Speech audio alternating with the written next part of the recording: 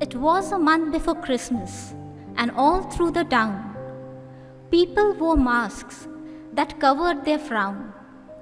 This virus is awful, this COVID-19. There isn't a cure, there is no vaccine. It's true that this year has had sadness aplenty. We'll never forget the year 2020. And just round the corner, the holiday season. But why be merry? Is there even one reason? To decorate the house and put up the tree when no one will see it, no one but me. But outside my window, the snow gently falls, and I think to myself, let's deck the halls. Christmas ain't cancelled, and neither is hope. If we lean on each other, I know we can cope. Christmas isn't cancelled. It never could be, because Jesus came for you and for me. Good morning, everyone. On behalf of IMS family, I welcome you all for the Christmas celebration program as we celebrate the birth of our Savior, Jesus Christ. Christmas is the most wonderful time of the year. It is a time to cherish peace, love, and joy. To begin with the celebration, I would like to request our Honorable Director, Dr. M.D. Mehta, to say a few words. Good morning, everyone.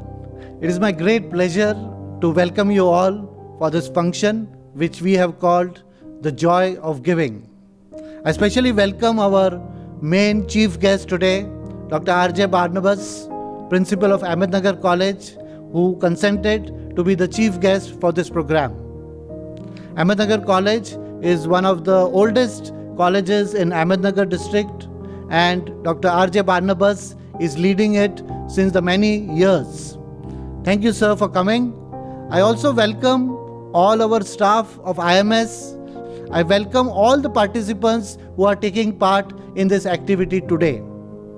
This program is going to be on a nationwide basis, and I welcome everyone. I thank all of you for participating in this program today. And I'm looking forward to continued support and participation from all of you whenever we conduct such programs. I would just like to briefly talk about our institute. Our institute, which is known as Institute of Management Studies, Career Development and Research, also popularly known as IMS Ahmednagar, is one of the units of B.P.H.E Society. The B.P.H.E Society has two other units, Ahmednagar College and CSRD, which is for social work. Our institute, IMS Ahmednagar, was set up in 1990, and we have been in existence almost for more than 30 years.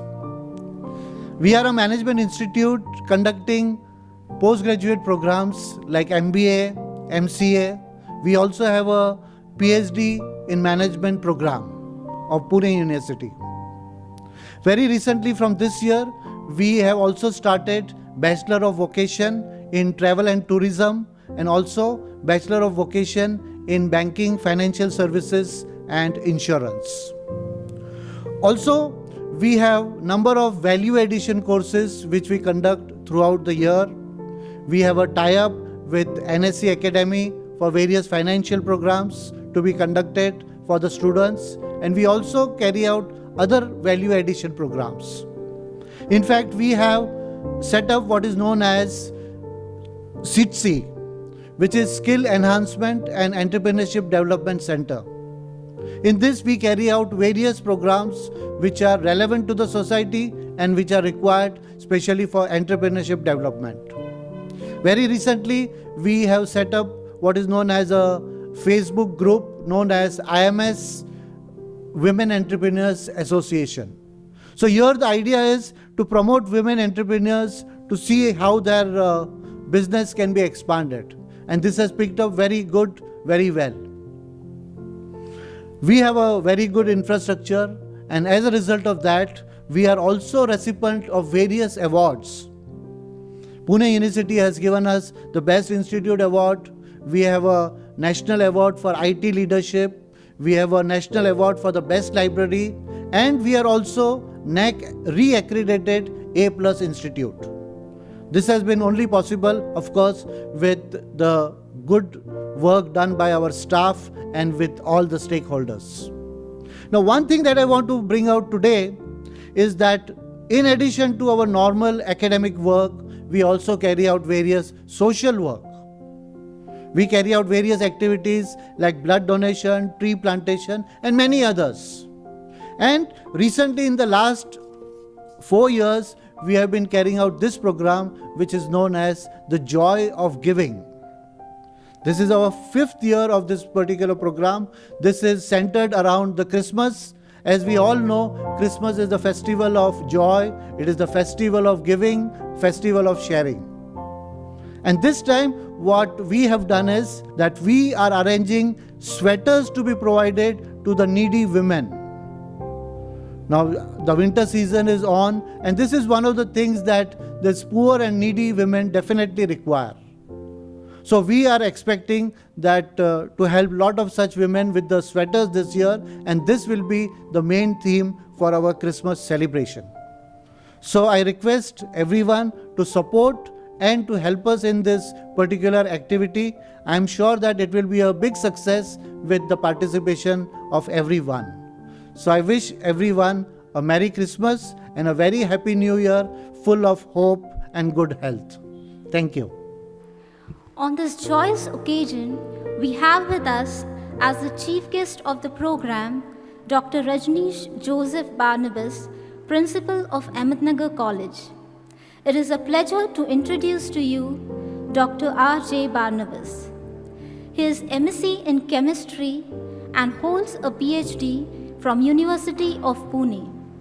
He has attended more than 50 national and international conferences and has written more than 25 research papers published in international journals. He has been honored and awarded with more than 70 national and international awards. Dr. Barnabas has been a member of governing bodies of IMS and CSRD. He has been the chairman of Credit Cooperative Society, Ahmednagar College.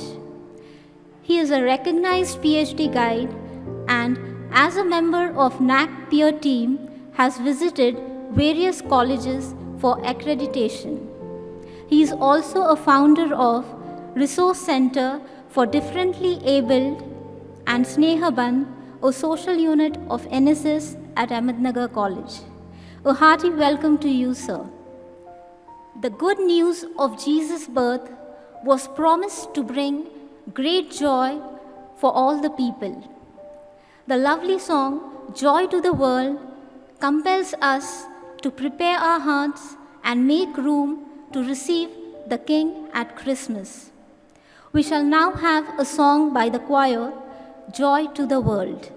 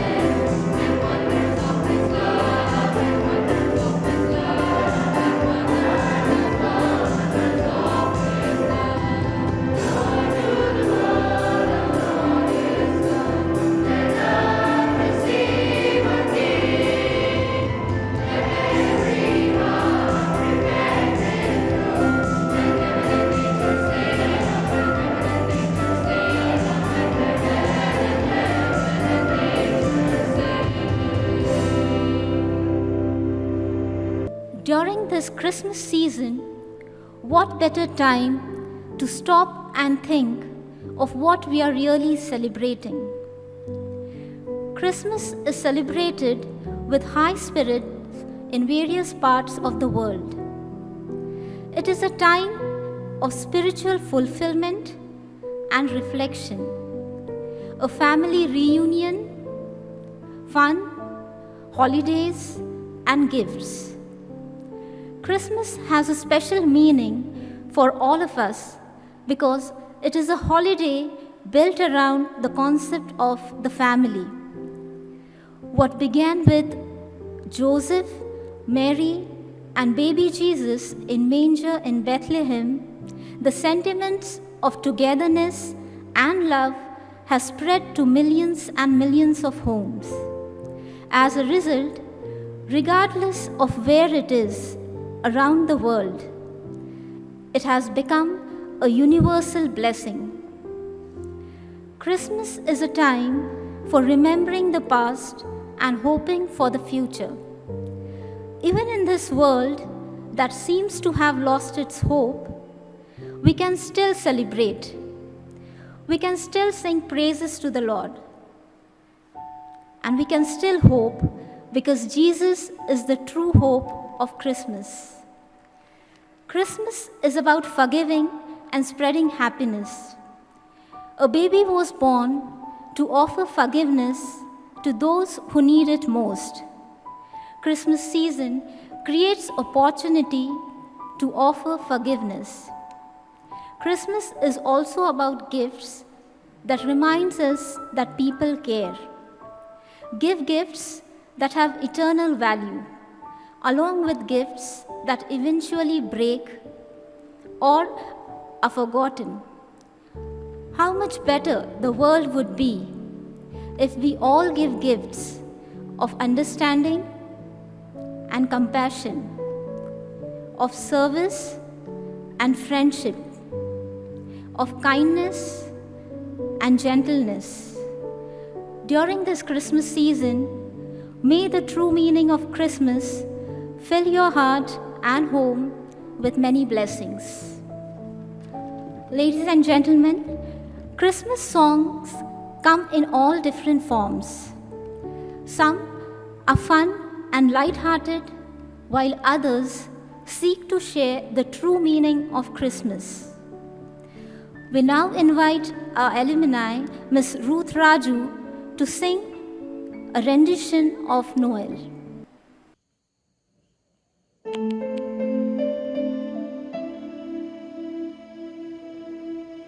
Love incarnate, love divine, star and angels gave their sign, bowed to babe on bended knee, the Savior of humanity. Unto us a child is born, He shall reign forevermore. Noel, Noel, come and see what God has done. Noel, Noel, the story of amazing love, the light of the world.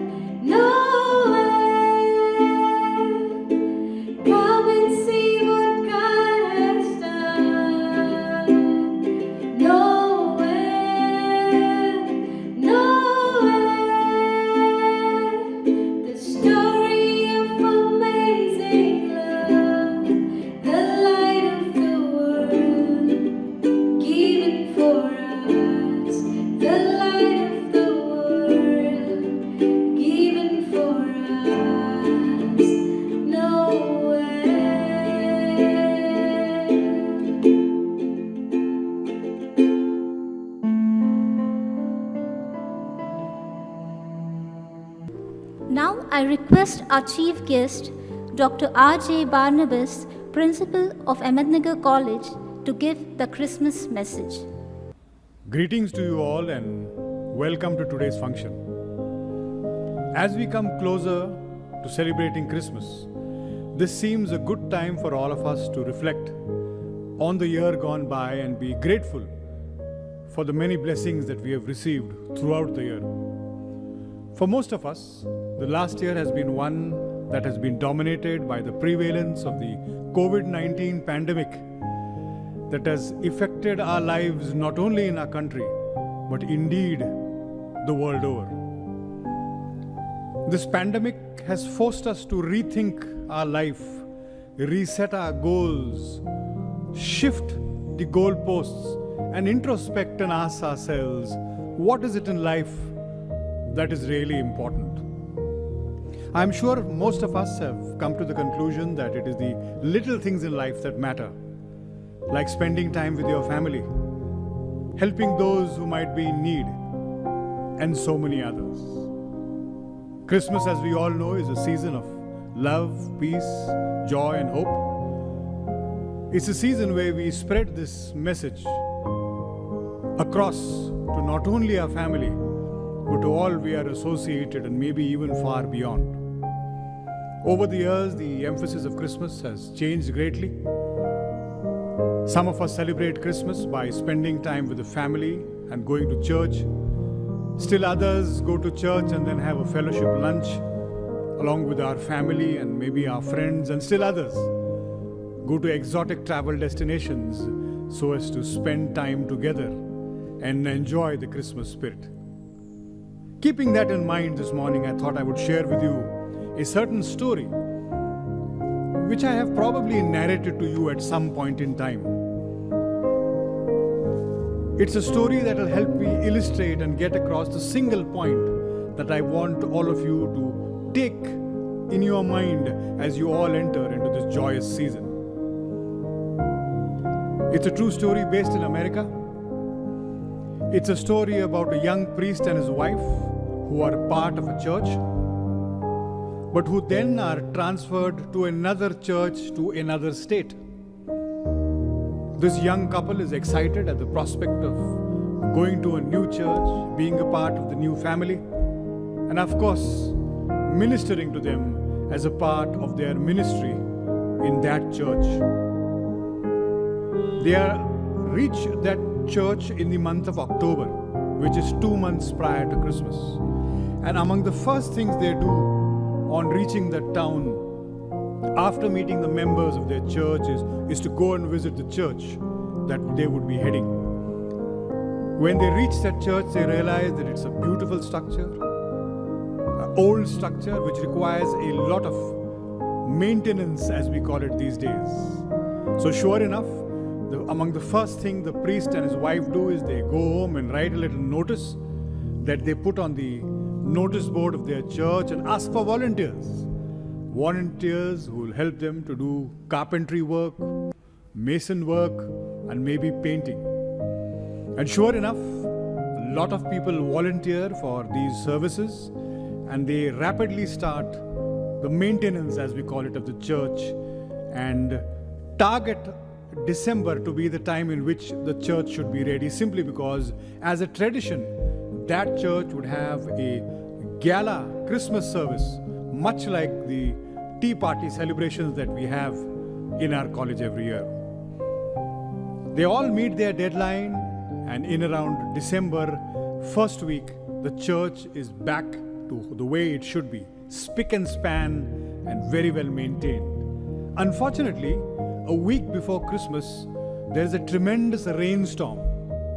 A rainstorm that lasts for as much as 3 days, and everybody is stuck indoors. And after about 3 days, the first thing the priest does as soon as the rain subsides is go into the church and see what damage, if any, the rainstorm has done to his beautiful, newly maintained church. And to his surprise and much to his happiness, he realizes that the church is largely intact.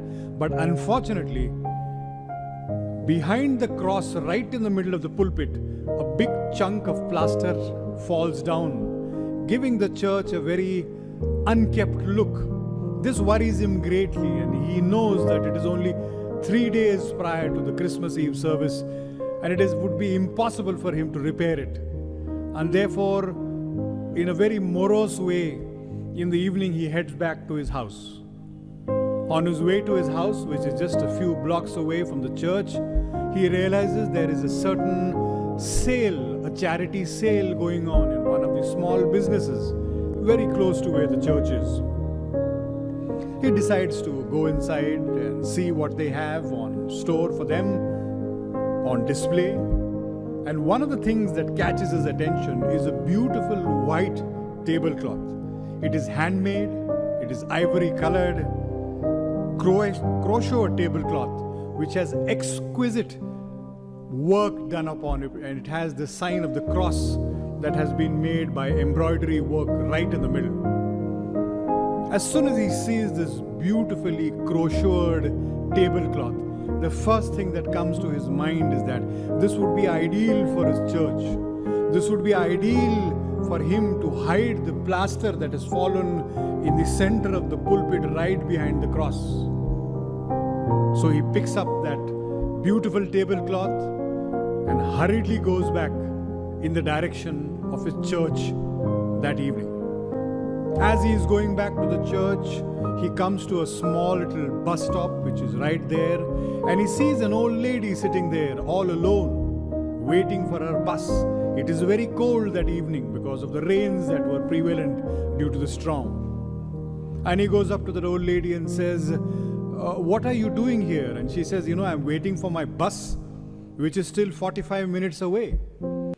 And the young priest tells the old lady, since there are 45 minutes and it is so chilly, why did you come with me to my church, just a few feet away, and sit in the warmth of the church till it is time for your bus, and then you can please go and board your bus and go to your home. The old lady thanks the priest profusely and agrees with him and walks up with him up to the church. As he enters the church, the old lady sits at the back pews of the church, and the priest excitedly goes to the front, takes a small ladder and places it in front of the area where the plastering has fallen down, and like a little child takes that beautiful white ivory colored crocheted tablecloth and fixes it. And to his delight, it fixes exactly over the area that is affected and effectively hides that entire area. As he is nailing the beautiful tablecloth, he realizes from the corner of the eye that that old lady is slowly walking up towards where he is working, and realizes that in no time she is standing right behind him, and in a very polite way she asks him, Father, where did you get that tablecloth from? And the young priest says that I just went to a charity sale that was there just down the road and I picked it up. And she says, can you just tell me what is embroidered at the left hand side lower end of that crochet tablecloth? There is some initial there. And the priest for the first time looks at those initials on the left hand side lower corner and says, there is some initial which says EGB. Tears start rolling down the eyes of the old lady and says that EGB is my name. I am the one who prepared this tablecloth more than 45 years ago in Austria. She goes on to narrate to the priest that over 45 years ago, she and her wealthy businessman husband stayed in Austria. They ran a beautiful business. She was a homemaker who prepared many such tablecloths and little things that she gave to charity. But one day, during the war, the Nazis invaded Austria, and they had to abandon and leave everything and rush out of the country with whatever belongings they had. And her husband took her with whatever small belongings they had and took her to the border and told her that I would come within a week. He promised her that in about a week he would come back after winding up their business, but he never came back because later the old lady was told that he was captured by the Nazis and put in jail. The priest was greatly taken in by this story and moved at the tears streaming down the eyes of this old lady. And he said, I think you should keep this tablecloth. She said, no, I insist that the church keeps it. So the priest then offers that I shall drive you to your home. So he drives the old lady in his car to her home, which is at the other end of the town, and gets down to talking with her. And the old lady says that she actually never was educated much, and that she lived alone at the other end of time and had come to this part of time to do some cleaning jobs, small jobs that she undertook to make a living.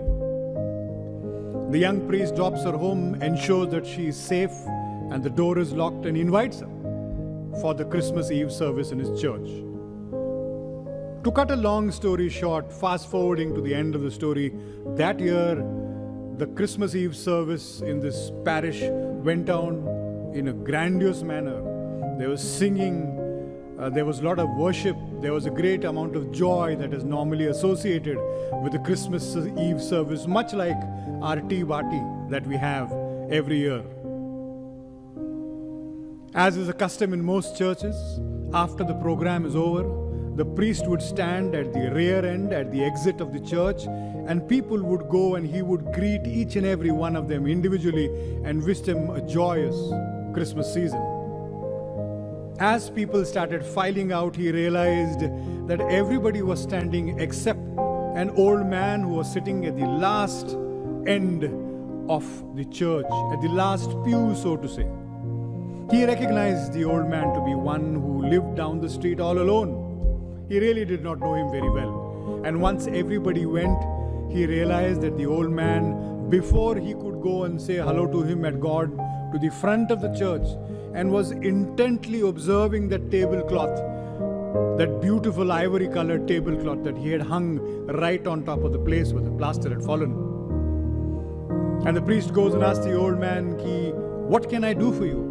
Why are you observing the tablecloth so intently? And he says, this tablecloth was prepared by my wife 45 years ago when I was in Austria. And he goes on to narrate how he was a very successful businessman in Austria. And when the Nazis came in, they had to all flee, and he left his wife to the border. But unfortunately, he was captured and kept in jail for as many as 20 years. And about 15 to 20 years ago, he was able to come into America and live just down the street. The story goes on to say that by now the priest had his heart in his mouth, and the only thing he could mumble is that, I would like you to meet somebody. The old man, without asking too many questions, said that anyway I'll be spending Christmas alone since I have no family, no children. I would be happy to meet whoever you want me to. And the priest drives this old man with him without saying much to the old lady's house who he left only a couple of days ago. And when he reaches there, he helps this old man climb 3 flights of stairs. And when he reaches there, he presses the doorbell. And sure enough, the old lady opens the doors and this old man walks in. And the story ends with the priest saying this is one of the most magnificent reunions that he had ever seen in his whole life. A reunion that had given him so much pleasure, something that he had never experienced in his entire life, given him great satisfaction, and he felt a certain peace in his soul. The reason why I'm narrating this story to you, friends, this morning is that through the many years that you and I have been spending Christmas with our family and friends, how many of us have been able to bring such or a similar reunion between two souls? And therefore, as we go on to celebrate the birth of Christ and enter into this holiday season, why not spread this message of joy and peace to those who are in need, who are in pain, who are anguished, who are alone, and in doing so hope that the year that lies ahead of us is a blessed one, not only for them, but for each and every one of us.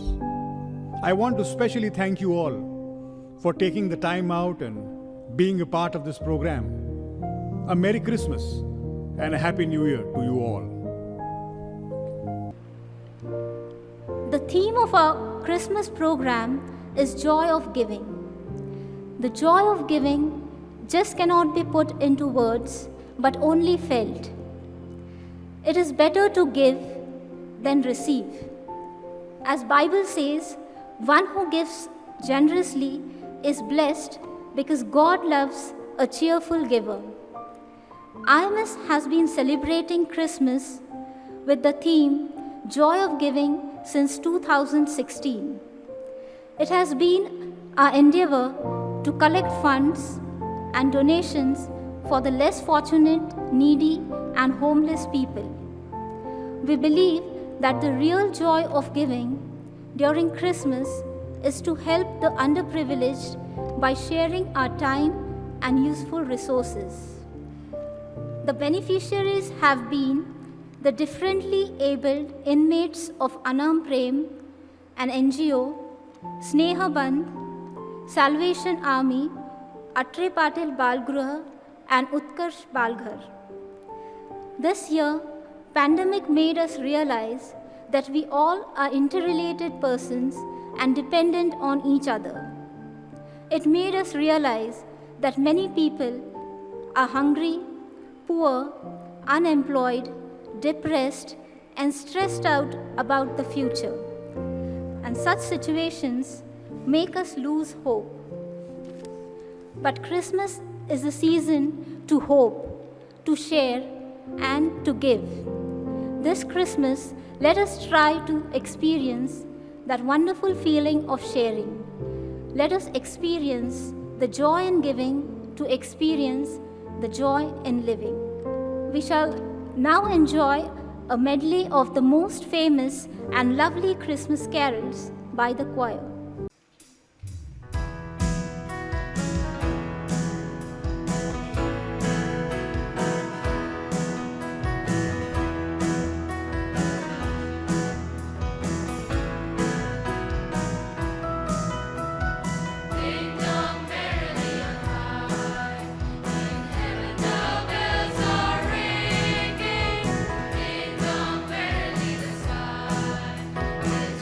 With angels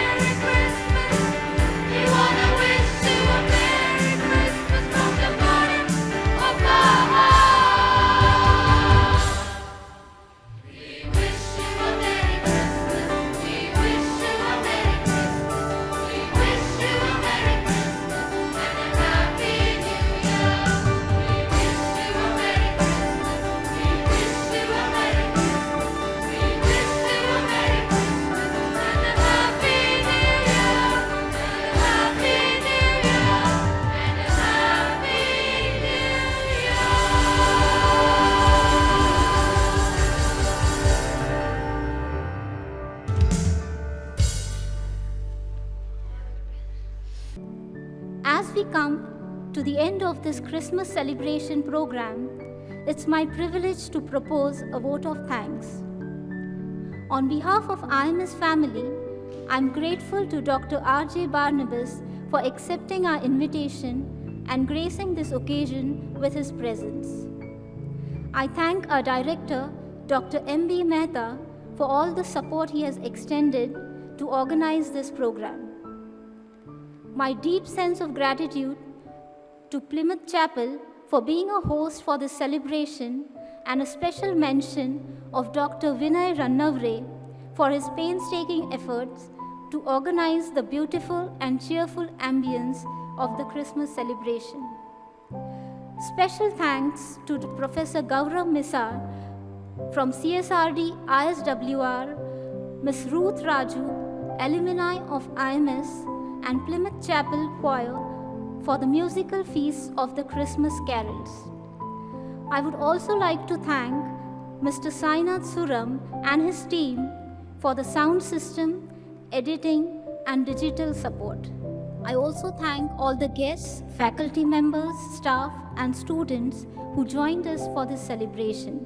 Wishing you all a very happy Christmas and a prosperous New Year. Thank you.